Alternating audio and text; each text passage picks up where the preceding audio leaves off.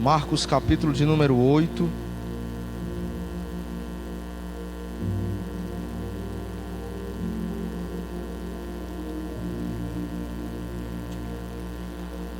Nosso culto de oração, vamos interceder com alguns irmãos que pediram oração essa noite.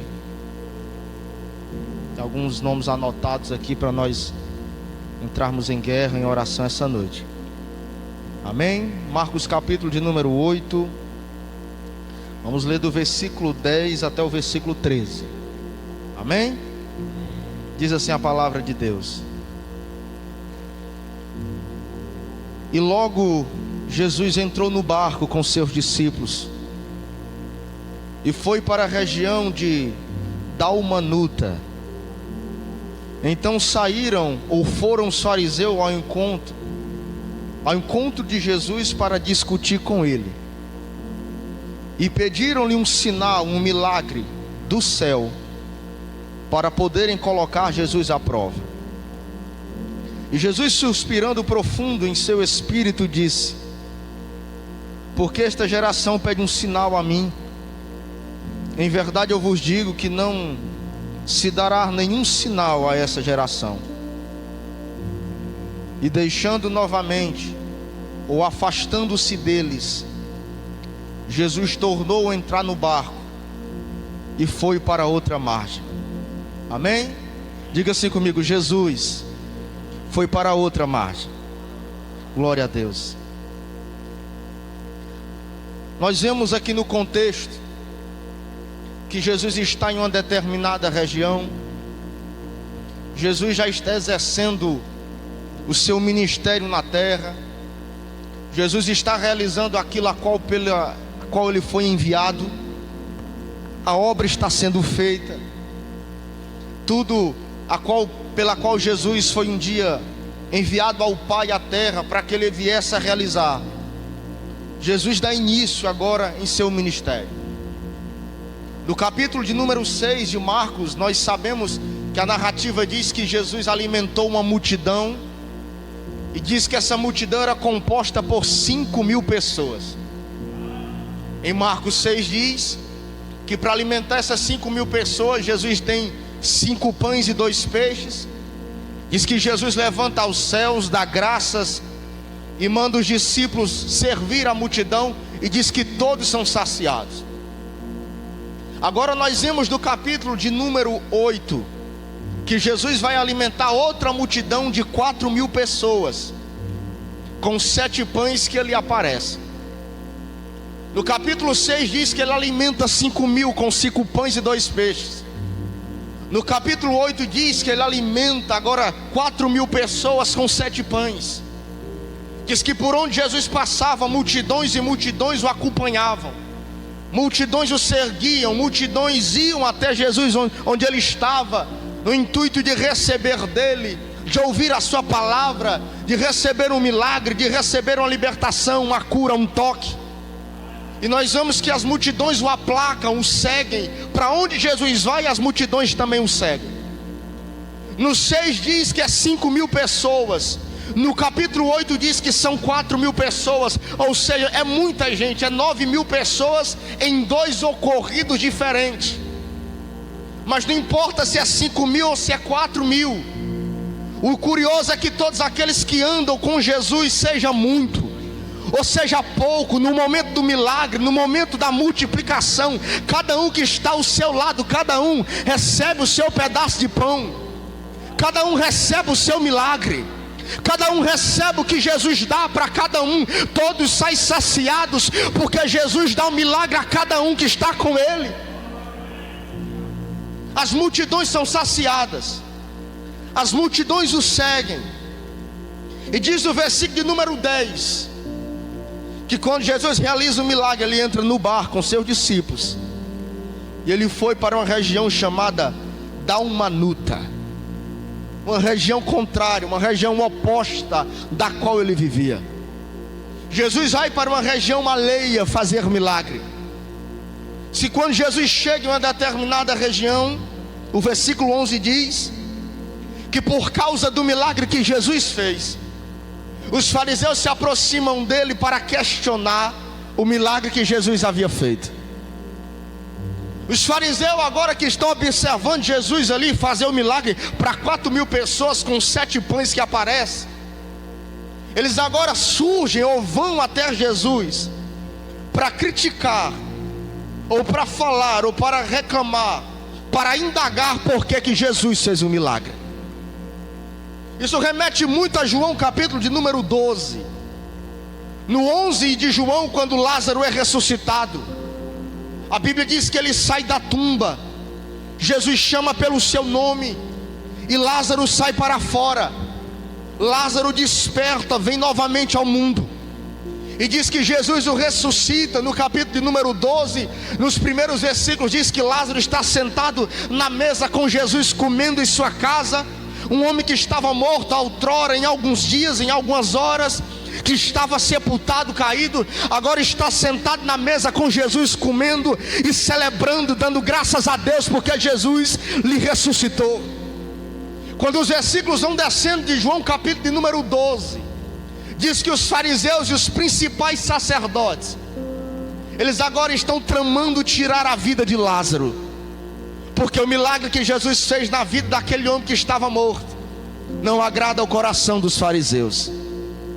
É isso que acontece aqui no versículo 11. Jesus fez um milagre, e o que os discípulos, o que os fariseus vão questionar aqui é por que ele fez esse milagre.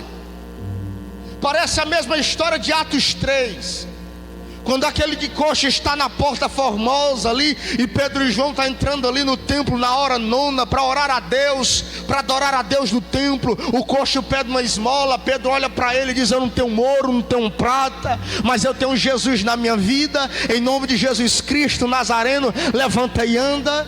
O moço se levanta, o coxo pula para cima, entra no templo, agora vai adorar a Deus.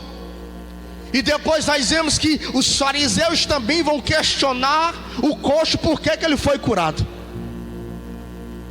Ou seja, todas as vezes que Jesus cura, todas as vezes que Jesus opera, todas as vezes que Jesus faz a obra, rapidamente um questionamento aparece. Rapidamente aqueles que não se alegram com o meu milagre, com o teu milagre, indagam Jesus ou perguntam: por que ele recebeu o seu milagre? Por que Jesus fez esse milagre assim? Mas por que a razão desse milagre?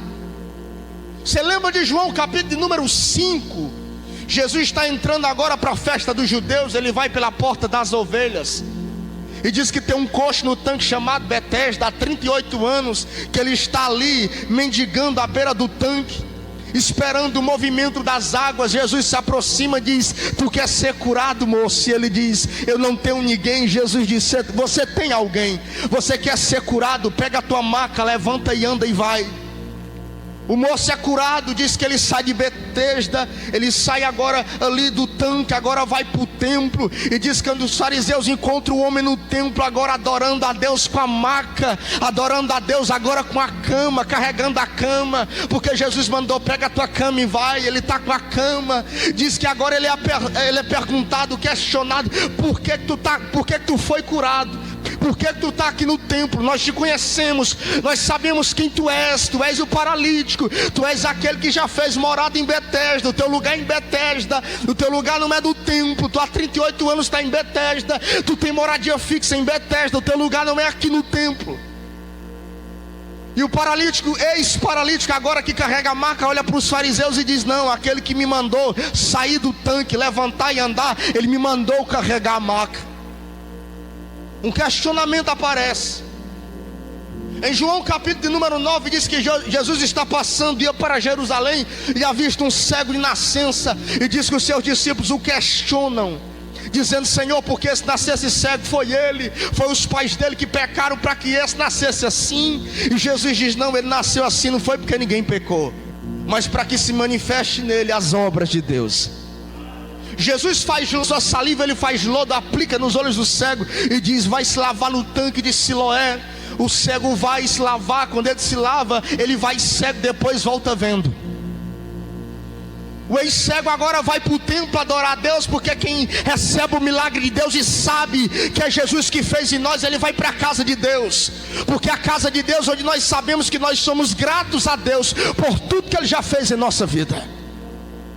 Ele está na casa de Deus e diz que agora os fariseus, os principais sacerdotes, mais uma vez, o questionam dizendo: nós sabemos que tu és cego, nós sabemos quem tu és, e nós sabemos que tu mendigava à beira do caminho, nós sabemos a tua origem. Diz que os pais daquele cego são chamados no templo, os pais são interrogados e perguntam: esse moço, esse homem é filho de vocês? E a mãe e o pai do ex-cego diz: sim, ele é nosso filho. E por que ele foi curado? E diz que os seus pais respondem: ele já tem idade para responder por si mesmo, perguntai a ele, perguntai o nosso filho. Os fariseus apertam o homem que era cego e diz: ei, por que tu foste curado? Quem foi que te curou? Esse que te curou, que te fez lodo e mandou lavar-te, tu agora enxergastes. Esse que te curou certamente é pecador. O ex-cego agora olha para os fariseus e diz: ele é pecador, não sei, mas uma coisa eu sei, que eu era cego, mas agora eu vejo. Eu era cego, mas agora eu tenho visão. Eu era cego, mas agora eu enxergo. Só quem era cego e tem visão, levante a mão para cima, dê aleluia, dê glória a Deus, glorifique. Porque eu e você éramos cegos, mas Ele nos deu visão. E agora todo mundo sabe que nós não somos mais o mesmo. Nós não somos mais aquele que ficava pela margem do caminho. Nós estamos na casa de Deus e todas as escamas caíram dos nossos olhos. E agora nós estamos na casa de Deus, na casa do Pai, porque foi Ele que nos deu a visão, e Ele é digno de ser adorado. Quando Jesus multiplica o pão, alimenta 4.000 pessoas com 7 pães. Os fariseus agora questionam Jesus por que ele fez o milagre. Por que Jesus teve que fazer esse milagre? É o que diz o versículo de número 11. A primeira lição que nós podemos extrair desse texto para nós orarmos, é culto de oração, é que depois de um grande milagre, ou todas as vezes que Jesus realizar um grande milagre, o texto nos ensina isso, que os fariseus foram questionar Jesus, ou foram questionar o milagre que Jesus havia feito. O versículo 11 diz: então saíram e foram, e começaram a discutir com Jesus. Ou seja, eles foram questionar o milagre que Jesus havia feito. Eles foram perguntar por que Jesus havia feito aquele milagre. O poeta certa vez já disse que o que corrompe um fariseu, ou por mais que os fariseus, ou que o fariseu tenha títulos, o fariseu nunca deixará de ser fariseu. O fariseu, por mais que títulos que ele tenha, o fariseu nunca deixará de ser fariseu. O que corrompe o fariseu não é o título que ele carrega, a posição que ele tem, o nome que ele carrega sobre os seus ombros. O que corrompe o fariseu não é nada disso, mas sim a oposição que ele carrega dentro de si para com as coisas de Deus. O que corrompe um fariseu não é o seu título, não é o seu cargo, não é o seu nome, mas sim a oposição, a resistência que está dentro de você para acreditar em tudo aquilo que Deus tem condições de fazer na vida do povo de Deus. O que corrompe um fariseu é a resistência, a oposição que ele carrega no peito. Para o fariseu tudo é motivo de crítica. Para o fariseu até o milagre dos outros ele dá pitaco. O fariseu diz que crê, mas ele duvida. O fariseu tem limite a acreditar nas coisas de Deus. O fariseu ele não acredita por completo. O fariseu ele tem que tirar o raio-x das coisas ou da matéria para que Jesus possa fazer o milagre depois. Se o fariseu não tirar o raio-x da matéria em que Jesus vai fazer o milagre, parece até que Jesus não vai fazer o milagre da maneira certa. É fariseu. O fariseu ele critica, o fariseu ele critica. O fariseu ele não dá credibilidade a Deus por completo. O fariseu até a forma de Deus fazer o milagre, ele ora a Deus, mas ele diz: Deus faz assim. Eu estou orando, eu estou apresentando a ti, mas faz dessa forma. Aperta da direita, aperta da esquerda. Não tira isso, acrescenta. E diz que os fariseus se aproximam de Jesus para questionar o porquê do milagre. Fariseu é coisa séria, irmão. O fariseu ele tem que tirar o raio-x das coisas, para Jesus poder fazer o milagre, para Jesus poder fazer a cirurgia. Mas graças a Deus que Deus é soberano, Deus é o Senhor e Ele tudo pode. E quando Deus vai fazer um milagre na vida de alguém, na minha vida como Ele fez, está fazendo um milagre, na nossa vida como Ele está fazendo um milagre, graças a Deus por isso. O milagre que Ele faz não depende de A, não depende de B, não depende do mundo, não depende do que pensa, não depende do raio-x do fariseu, mas depende simplesmente daquele que está com bisturi na mão, daquele que está trabalhando em nossa vida, daquele que está fazendo a cirurgia, daquele que tem o controle da nossa alma, daquele que sabe onde verdadeiramente deve ser operado, daquele que verdadeiramente sabe onde verdadeiramente nós devemos ser transformados e mudados. Ele não precisa do raio-x dos outros, Ele sabe aonde dói em nossa alma, Ele sabe as nossas angústias, Ele sabe o que está doendo em nosso peito, Ele sabe o que está nos maltratando, Ele sabe o que está nos corroendo. Ei, meu irmão, o milagre que Deus faz em nós, ele não depende do que os outros falam, mas depende do que Ele quer realizar em nossa vida, depende dEle fazer em nossa vida. Essa noite é noite de milagre de Deus, e o milagre que Jesus quer fazer em nós não depende dos outros, não depende da opinião dos outros, não depende do raio-x dos outros, não depende da receita, do receituário dos outros, não depende das situações que os outros impõem, mas depende da vontade de Deus em nossa vida. Não importa se vão nos levar para o hospital, o Senhor que tem o controle, a chave da ambulância, o Senhor que tem o controle do motorista da ambulância, é o Senhor que comanda todas as áreas do hospital. Esse lugar não é outro lugar, aqui não é igreja, irmão, aqui não é o lugar onde nós nos reunimos simplesmente para adorar a Deus, não.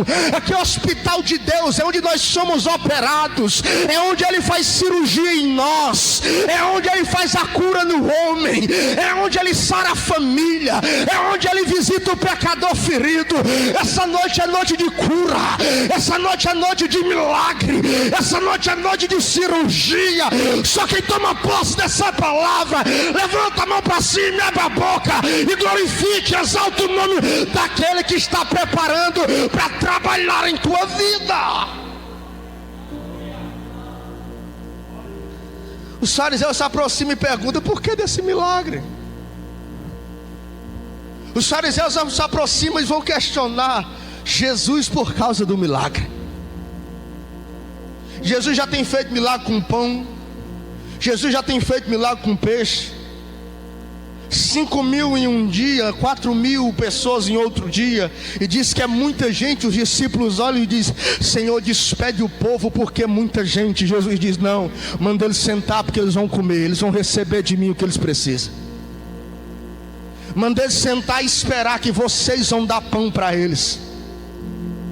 Os discípulos obedecem a orientação, eles sentam e diz que cada um vai dando ali um pedaço de pão, cada um coloca a mão no cesto. Os cestos têm poucos pedaços, fagulhas de pão. E diz que quando eles estão caminhando com o cesto, 12 discípulos, nós não sabemos a quantidade que tem, mas tem muito pouco pedaço de pão, fagulhas de pão, migalhas de pão. E o milagre acontece aqui, é quando o povo senta. Eles vão com os cestos, e aquele que está sentado, aquele que está indo ao sentado, diz: receba o pão. E o que está sentado não vê o cesto que está na mão do que está em pé, mas o que está embaixo acredita naquele que vem de cima com o cesto na mão e coloca a mão no cesto. O milagre está onde, irmão? Quando eu coloco a mão no cesto que Deus mandou sobre a minha vida. É noite que você colocar a mão onde Deus está mandando você colocar. Eu não sei se é no peito, se é na alma, se é no seio, se é algum nódulo que você tem, se é algum problema sentimental em tua mente. Essa noite é noite de você colocar a mão. Obedeça a Jesus, obedeça a orientação que Ele te dá.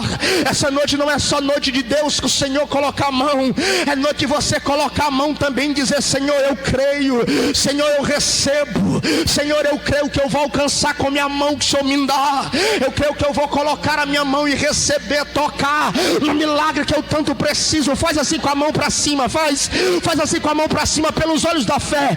Toca no teu milagre, pelos olhos da fé. Toca no teu milagre, contempla o teu milagre, receba o seu milagre. O milagre é uma via de mão dupla. Você sabe que no cesto nem tem, mas ele está mandando, coloca a mão. Você sabe que aparentemente não tem como dar certo, mas coloca a mão. Você sabe que muitas das vezes quem está com o cesto na mão, pedindo para você acreditar que tem pão dentro, é homem, é o profeta, é o pastor. Mas você, como crê naquele que enviou o discípulo com o cesto na mão, você diz: eu coloco a mão, eu recebo. Eu sei que foi o Senhor que mandou colocar a mão. Esse texto também nos ensina, irmãos, que por mais que o milagre aconteça, quem tem coração de fariseu nunca acreditará que foi ele que fez o milagre. Onde é que está isso, pastor? Está no versículo 11. O versículo 11 diz assim, ó: então saíram e foram os fariseus e começaram a discutir com Jesus, e exigiam que fizesse um sinal, que fizesse um milagre do céu, um sinal do céu, para poderem colocar Jesus à prova. Você sabia que todo aquele que é fariseu, por mais que o milagre aconteça, aquele que tem um coração de fariseu, aquele que tem um coração endurecido, aquele que tem um coração enganoso, por mais que o milagre aconteça, quem tem coração de fariseu nunca acreditará que verdadeiramente foi Jesus que fez o milagre. Nós vemos aqui que tem 4.000 pessoas. Ele tem 7 pães, ele alimenta todo mundo fica saciado. E diz que os fariseus vê tudo aquilo e diz assim: não, esse milagre não serve. Nós queremos que o Senhor rasgue o céu sobre a nossa vida. Nós queremos que o céu se abra e o milagre venha de cima. Sabe, graças a Deus, porque nós gostamos de Bíblia. Mas esse ensinamento aqui é muito profundo, porque nós dizemos que os fariseus chegam para Jesus depois de 4.000 pessoas serem alimentadas com 7 pães, e ele diz: não, esse milagre não serve. E quem é fariseu tem coração endurecido, irmão, ele nunca, por mais que o milagre seja grande, ele nunca vai acreditar que foi Jesus que fez o milagre. Porque quem é fariseu, irmão, ele não vai simplesmente se alegrar com o milagre do próximo. Ele vai querer que o céu se abra por causa dele e por causa dela. Os fariseus dizem: nós queremos que o Senhor abra os céus e nos dê um milagre do céu. Só é milagre do céu, ou para fariseu só é milagre se o céu se abrir sobre ele. O céu pode até se abrir para o irmão, os céus podem até se abrir para o meu vizinho, os céus podem até se abrir para aquele que eu nem conheço, mas mora ali nas minhas proximidades. Mas para quem é fariseu só é milagre se o céu se abrir para ele. Os céus podem se abrir para qualquer um, o milagre pode acontecer para qualquer um, mas para fariseu diz: não, mas não se abriu para mim, o milagre não foi para mim, o milagre não foi como eu quis, o milagre não foi como eu preciso. E tudo aquilo que Jesus faz é milagre para nós, é milagre para o mundo, é milagre para o homem, é milagre para o povo de Deus. O fariseu, ele só pensa, ele só quer que o céu se abra para ele. Os céus podem se abrir para a esquerda, para a direita, para todos os lados, mas ele diz: não é milagre porque não se abriu para mim. Ele não crê no milagre dos outros, ele só crê no seu milagre. Se o irmão for abençoado, ele diz: foi sorte. Se o irmão conquistar aquilo que ele tanto estava batalhando, fazendo jejum, subindo o monte, pagando o preço, ele diz: foi ocasião do destino. Ele só crê se for milagre na vida dele. Quando os fariseus se aproximam de Jesus, ele diz: nós queremos um milagre do céu para que eu possa acreditar. E graças a Deus, irmãos, que nós nos alegramos com o milagre do próximo, nós nos tornamos felizes com o milagre do próximo. Essa semana chegou um irmão para mim e disse: pastor, ore por mim, porque eu estou pensando em comprar uma casinha ali nos Leirões, perto da igreja. Eu disse: ô benção, meu irmão. Como eu fico feliz de ver meu irmão prosperando. Como eu fico feliz de ver meu irmão conquistando na vida. Vai dar certo. Ore por mim, pastor, já está orado. Nós vamos orar, nós vamos pedir a Deus e vai dar certo. Sabe, se nós tivermos esse sentimento de nos alegrarmos simplesmente quando o céu se abrir para nós, ou se o milagre acontecer em mim, nós temos um coração endurecido.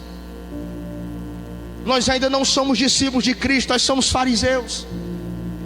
Nós temos que nos alegrar com a prosperidade, com a conquista do próximo, com o milagre do próximo, com as conquistas do próximo. Eu tenho que entender que nem sempre o céu já está aberto.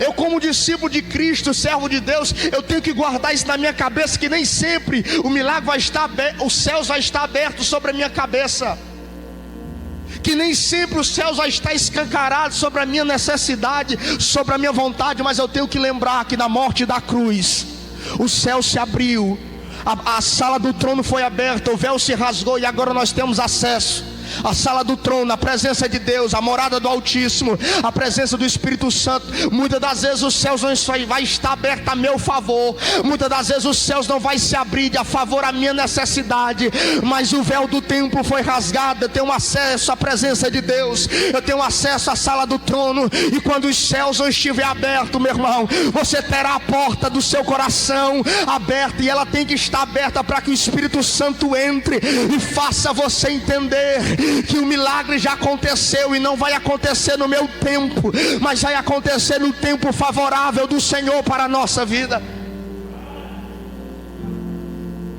Eu não posso acreditar que milagre só é milagre se o céu se abrir sobre a minha vida. E muitas das vezes eu sou abençoado pelo milagre do meu irmão. Muitas das vezes você é abençoado pela conquista do seu irmão. Muitas vezes nós somos abençoados pela conquista que os nossos pais tiveram. E às vezes nós não reconhecemos que Deus já abriu o céu sobre a nossa vida. A terceira lição que nós extraímos desse texto é que Jesus não precisa, de modo nenhum, Jesus precisa fazer milagre para provar quem Ele é. Jesus não precisa fazer milagre algum para provar quem Ele é de verdade. Olha o que diz o versículo de número 12. E diz assim: e suspirando profundamente em seu espírito, Jesus disse: porque essa geração pede um sinal. Em verdade eu vos digo que não dará sinal, milagre algum a esta geração. Não se dará milagre algum nessa geração. Pastor, mas Jesus não fez milagre depois da que não fez? Pastor, Jesus não fez milagres antes da que não fez? Que texto difícil. Ele está dizendo: não se fará milagre algum a essa geração. Jesus fez milagre antes, Jesus fez milagre nesse dia, Jesus fez milagres depois desse dia. Só que Ele está dizendo aqui que a essa geração, em verdade eu vos digo, que não se dará sinal algum. Eu aprendo nesse texto que Jesus não precisa fazer milagre para mim, ou Jesus precisa fazer milagre algum para provar quem Ele é. Quando Jesus diz esse texto, apontando agora para os fariseus, Ele está dizendo que Ele é o milagre dessa geração, Ele é o milagre desse povo, Ele é o milagre daqueles que estavam com Ele, Ele é o milagre daqueles que o observavam. Que é milagre maior do que esse? É o que Jesus está dizendo: vocês não receberão nenhum sinal, eu sou o sinal, eu sou o milagre. Jesus está dizendo: vocês querem milagre maior do que esse? Deus habitando no meio dos homens, o Filho de Deus habitando no meio dos homens, o corpo, o verbo de Deus encarnado habitando no meio dos homens, o Filho de Deus habitando no meio do povo. Que é milagre maior do que esse? Que é sinal maior do que esse, hein, meu irmão? Jesus já habita no meio do povo de Deus, o Espírito Santo de Deus já está no meio do povo. O maior milagre é Jesus ter vindo, nascido de uma virgem, e Ele nascer, vir ao mundo, e diz que Ele cumpriu toda a sua obra redentora. Ele subiu madeira, e diz que Ele morreu por nós, consumar todas as coisas, e diz que Ele desceu às regiões mais baixas, levou o cativo o cativeiro, e diz que Ele ressuscitou no terceiro terceiro dia, diz que ele subiu aos céus, foi elevado às nuvens, e diz que os anjos apareceram e diz: ó varões galileus, porque vocês olhai para cima, porque a forma que ele subiu, ele também há de descer, ele também há de vir. E aí, meu irmão, existe milagre maior do que esse. Aquele que morreu, aquele que ressuscitou, é Jesus no meio dos homens, é Jesus no meio da humanidade. Vocês não terão milagre algum, essa geração não terá milagre algum, porque eu sou o milagre. Jesus é o teu maior milagre. Jesus é o nosso maior milagre. Jesus é o maior milagre da humanidade. Tem milagre maior do que esse, do que Deus habitar no meio dos homens? Tem milagre maior do que esse, um Deus que é grande, poderoso, temível, viver como homem, viver como servo? Tem milagre maior do que esse, Deus sendo Deus encarnado, morrer como condenado, como culpado e não abrir sua boca? Tem milagre maior do que esse, Deus permitir, revelar-se e ser morto pela sua própria criação, pelo homem? Jesus é o milagre, Jesus é o sinal, Jesus é o milagre dessa geração. Diga-se comigo: eu creio, Senhor, que o Senhor é o meu milagre, que o Senhor é o milagre dessa geração. O maior milagre é Jesus sendo Deus, ele se comportar como homem, ele viver como servo, morrer como homem, morrer como culpado. Esse é o sinal, esse é o milagre. Em Filipenses capítulo número 2, do versículo 5 ao 11 diz: de maneira que haja em cada um de nós o mesmo sentimento que houve também em Cristo, que sendo em forma de Deus, não teve por ganância, por usurpação ser igual a Deus, mas antes esvaziou-se de si mesmo, tomando a imagem, a forma de servo, fazendo-se semelhante aos homens, e vivendo como um homem comum, ele humilhou-se a si mesmo, sendo obediente até a morte de cruz. Por isso também Deus o exaltou soberanamente. Oh glória, Deus o exaltou soberanamente, Deus o exaltou de maneira elevada, Deus o exaltou de maneira gloriosa, Deus o exaltou de maneira grande, Deus o exaltou